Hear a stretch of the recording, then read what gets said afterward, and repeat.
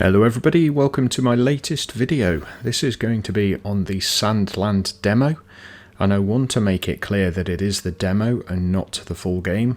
The reason I say that is because when you first start the demo, it does say that gameplay and the experience will be different than the final game. And I really don't know why they would put out a demo that is different to the final game, but there we go. It is what it is. So this is an open world ARPG according to the developers, but it does have some pretty unique systems to it. So as you can see from what's happening on screen, the main character that you play, a guy called Beelzebub, and he is the Prince of Demons. Extremely small, very Japanese manga-esque, along with the art style. And basically he can do all of the attacks, special moves and everything like that, but the main difference between this and most ARPGs is there is a huge amount of vehicle combat. In fact, when you're out and about in the open world, vehicles are basically your main source of combat and traversal. Now in the demo you can't enter any towns. Don't know why they have locked all these things off, because it really does make the demo quite bland, if I'm being honest. But I suppose it allows you to see what the vehicle combat is like. There's not much to see with the people combat, unfortunately. You saw me do a few moves, but not much else. But it, like I say, it does give you a bit of an idea about what the actual game is like as far as the vehicles, and I think that's what this demo is about. It should really have been called the SandLand Vehicle Demo, because you can't really do much else, to be fair. Now, there's no part of the story in this demo. There's absolutely no quests or anything like that to partake in. It is quite literally walking around a dust bowl, quite literally. Sandbox would be a more apt term. And killing creatures and enemy soldiers. Now, I have seen a few videos of what the gameplay is going to be like in the finished game, and there's a lot of things that they should have included in this that they haven't, and I think it really does make it seem that this is a much worse game than I believe it is going to be. So, for example, when you kill creatures or enemies in this, they just get destroyed. They don't drop anything. They don't do anything other than die. There's no items, there's no materials, nothing. Every single one of the videos that I have seen showing the final game gameplay, when you kill one of these creatures, they drop crafting materials. Now, whether or not that's every time, I don't know, but I have played this demo for quite a long time, and so far I've never had anything drop. Now, it's difficult to talk about the graphics at this stage because, unfortunately, I mean, the game is called SandLand. Interestingly, there is another area of the game that hasn't been shown in this demo, but is called Forestland, which is lush and green, so maybe there are different biomes. They've called the game SandLand for whatever reason, but there are different biomes that you can go to. But just going back to what I was going to say about graphics and the visuals of the game, it's obviously quite bland, very open, and there's not much of interest. But that doesn't mean it's a bad looking game. The fact that your vehicles leave tracks in the sand, and I don't just mean tracks as in tank tracks, I mean tracks as in vehicle tracks. So when you utilise your mech, you actually get footprints. When you utilise your motorbike, you get a single track. When you utilise this tank, you get tank tread tracks. And they do stay around for quite a long time. Not quite sure whether it has any bearing on the game or whether it's just a nice visual aspect. I'm not sure, but it does give a bit of interest to an otherwise very bland terrain. Is that the right word? Yeah, that'll do. Terrain. Interestingly, when you get out of your truck or your tank or whatever else you might be riding in, your character doesn't leave footprints, so obviously he's not heavy enough to leave tracks behind him. I can't really say much else about the graphics. It's obviously done in a manga style, as I mentioned at the beginning of the video, and there are some quite interesting and unique looks to the vehicles. You can change the look of the vehicle. So for instance, you can change the engine, you can change the weapons, and you can change the add-on. So this one's got that missile pod. You can change that so it's something completely different. You can do that with all of the vehicles. It seems to be the only customization though. There doesn't appear to be any customization for the actual characters. So you play as Beelzebub, as I said, and I think you will always be using the exact same equipment. So you don't have weapons, you use unarmed combat, and I do not believe there is any way of changing your outfit at all, which is unfortunate because personally I like it when the character in a game does change look. It's one of the reasons I initially liked the Diablo series, because you would equip some armour and the look of your character would change, and I really, really do like that. It's one of the things that I liked the least in games like Borderlands, where your character look didn't change when you equipped different equipment. I think all roleplay games should have weapons and armour customization, in as far as if you pick up a new piece of armour, the look of your character should change. I honestly do think that, even if you can customize the look of that armour afterwards, so you can use a transmog effect for instance, I do think that you should be able to change the look of your character by wearing different equipment. But that's just my opinion. So there's not really much more to show as far as the gameplay of the demo. It pretty much is this, just driving or riding around in different vehicles. You get 3 during the actual demo. You get a tank, you get a mech, and you get a motorbike. And all 3 of them have different abilities, different strengths and weaknesses. I do find the mech to be the best for defensive capabilities, so it's got a lot more armour than anything else, oddly enough. The tank is best for offensive capabilities, its main gun is ridiculously powerful, and the motorbike is best for its manoeuvrability, obviously.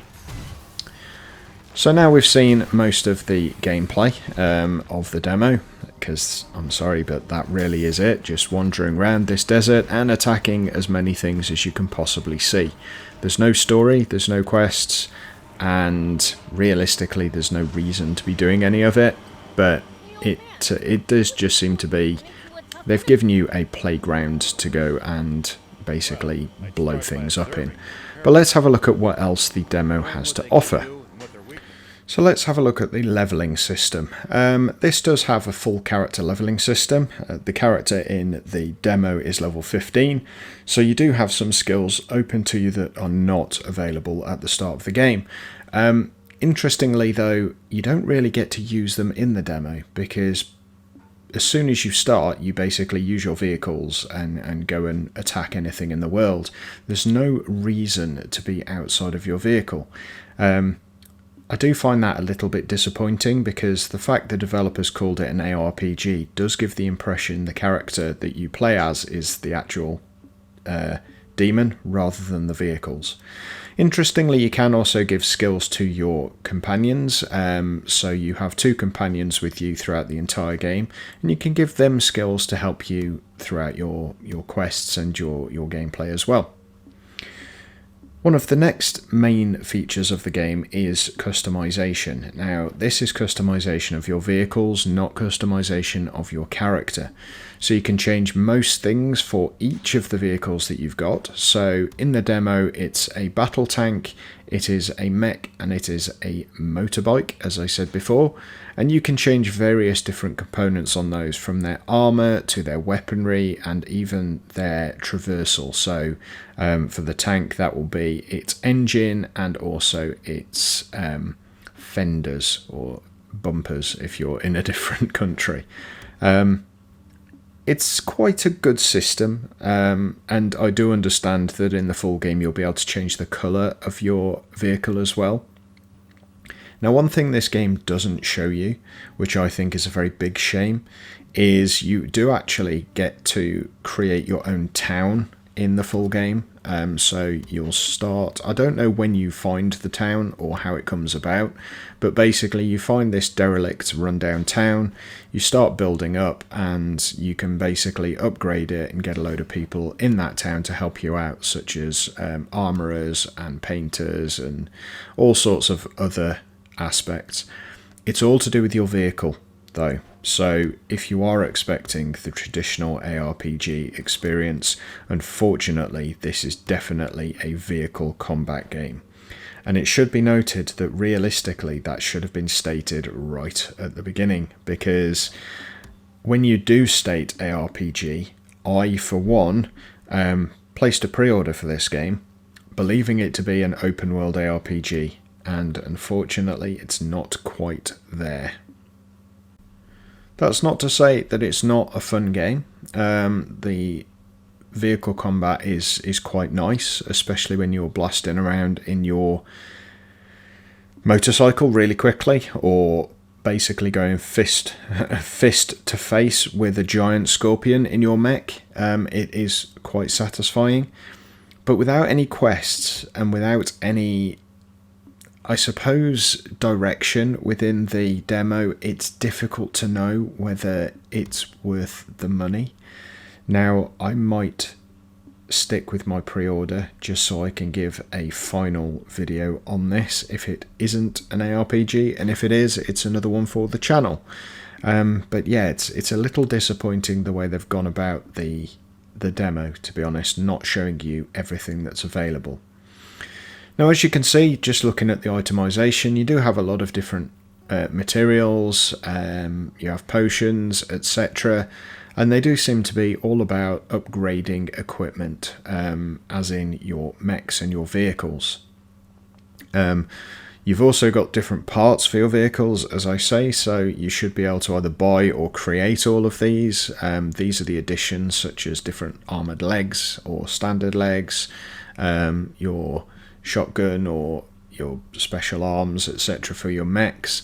There's lots of different modifications for each of the vehicles. You can equip up to 5 vehicles in total. Obviously there's only 3 in the demo, and I'm assuming as you can equip up to 5 in total that there are actually going to be more than 5, and you have to select those 5. I might be wrong, there might only be the 5, but it would be good if there were more.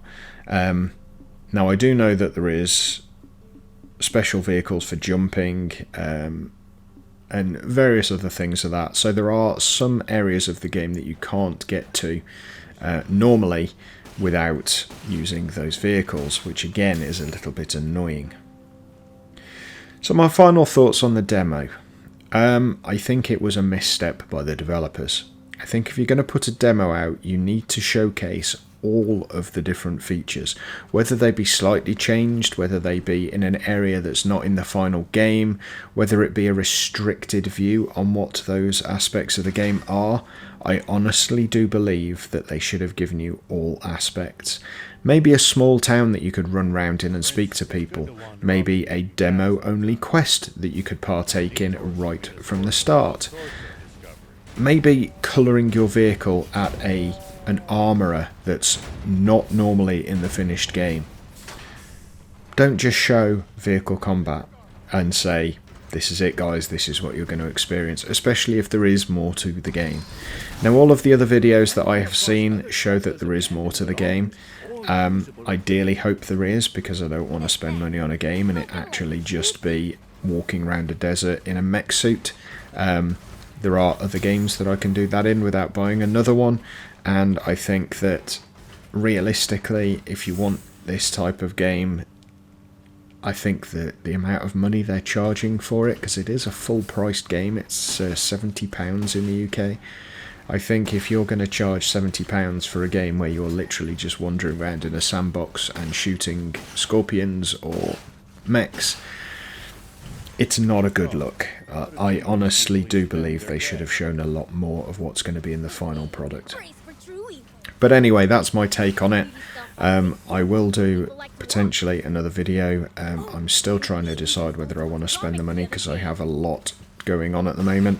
If I do decide that I will spend the money and I can afford to when this game finally comes out, then I will purchase it and do a video on it then. Other than that, it's probably just going to be this one. But anyway, thanks very much for watching, guys. I hope this has been useful, at least to know whether you're going to download the demo or not. If you have found it useful, please do make sure you do click the like button. Subscribe if you are new to the channel. Obviously just starting out, all of the subscriptions are really helpful. And please do share the video as well. Let's get this out to people and get them to see the channel. Well, thanks very much for watching. I really do appreciate it and look forward to seeing you for my next video very soon. You all take care. Bye for now.